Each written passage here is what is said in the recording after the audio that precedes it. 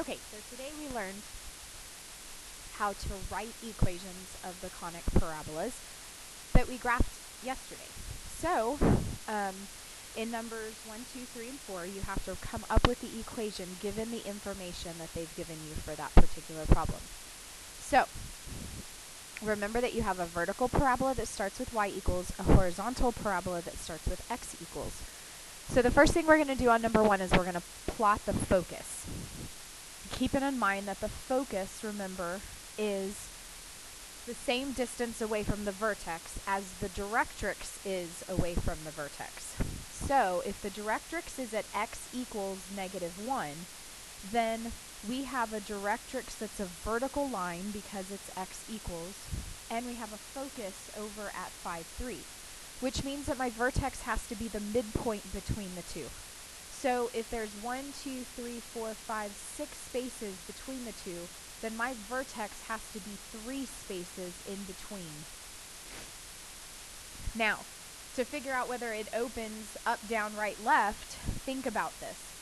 If it opens up, then its directrix is not going to be a vertical line. It'll be a horizontal. So this has to open left or right because of the directrix being vertical. So you don't want to open left and end up going into the directrix. That would not be the way that it would go. So we're going to open to the right. Okay, remember the focus has to be inside the parabola. So if it had opened the other way, the focus would not have been inside the parabola. Okay, so this is the graph. Now in order to find the equation, we need two things. We need the vertex, and we need the p-value. Okay, remember the p-value is the distance from the vertex to the focus. So my distance between here and here is going to be my p-value, and that's going to be 1, 2, 3.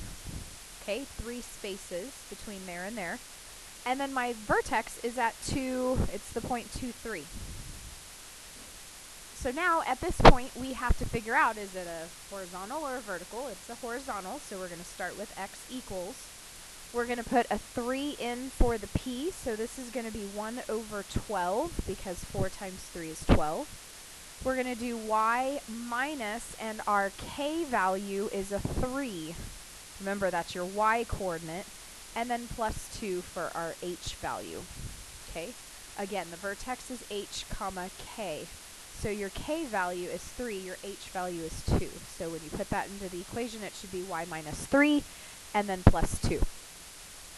All right, for the second one, we're going to plot the vertex, which is at -2, 3.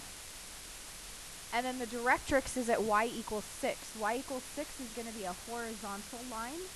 So that means that this has to open down because it can't open up, otherwise it'll intersect the directrix. Okay. So now we only need to know the space between the directrix and if we want, we can plot the focus, but we don't actually need that. But notice that it's 3 spaces from here to here, which means it would be 3 spaces to our focus, which our focus would be there. We don't need that, though, in order to write the equation. In order to write the equation, we need the vertex, which we already have, and we need the p-value. So our p-value for this is going to be a +3. All right, so if this is opening down, this is going to be a vertical parabola. We're going to start with y equals. Our p-value is 3, so we're going to do 1 over 4 times 3, which is 12. Okay, then we're going to have x minus our x coordinate of the vertex, which is actually going to be +2 because we need that to be the opposite, right? And then we got to square it. And then our k value, which is going to be a +3. Okay, I forgot the squared on that one. I just noticed that. Oops. All right, let's look at numbers 3 and 4.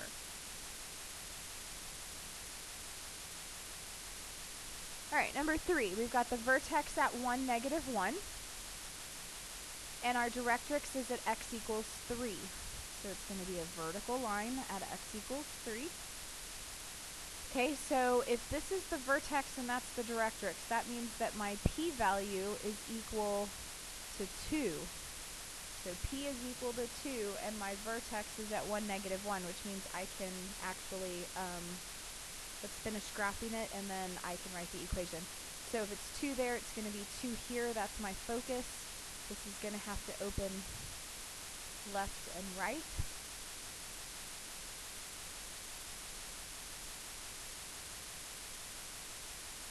And I just realized that on the last one, we forgot the negative. If it opens down, it has to be negative. So do you see how we go back and we realize, uh-oh, because on this one it's negative. So in my brain, I realized that it went to the left and it needs to be negative, which means I didn't think about that on that last problem. So we went back up and changed that to a negative. Alright, so p-value is 2, and vertex is 1, negative 1. These are opening left-right, so it's going to start with an x. It's going to be a negative because it's opening to the left. And then 1 over 4 times 2 is equal to 8. Parentheses, y. We need our y coordinate, which is a negative 1, so we have to put a plus 1 with the squared. And then our x coordinate should be plus 1 at the end. Remember, this is the opposite, so you've got to turn that vertex around. Okay? The last one, our focus. Our focus is at 0, 4, so this is the dot inside the graph. Our directrix is at y equals negative 2, which is a horizontal line.